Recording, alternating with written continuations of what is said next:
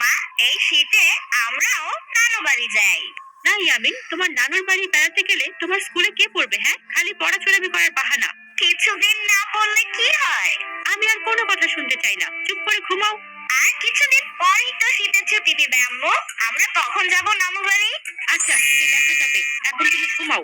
না না না, দেখা যাবে বললে হবে না। বলো তুমি, নিয়েই যাবে।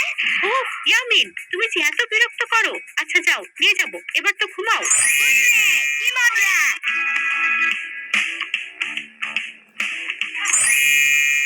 এই যে ছেলে, তোমাকে তো এদিকে আগে দেখিনি। এই শীতে খালি পায়ে রাস্তায় হাঁটছো কেন? তোমার জুতো নেই? গরিবের আবার জুতা ছিল এক জোড়া, ছিঁড়ে গিয়েছে। তোমার বাবাকে কিনে দিতে বলো। আমার তো বাবা নেই। আচ্ছা, তাহলে তুমি বরং আমার জুতো জোড়াটাই নিয়ে যাও। আরে না না, তোমার জুতা আমি কেন নিব?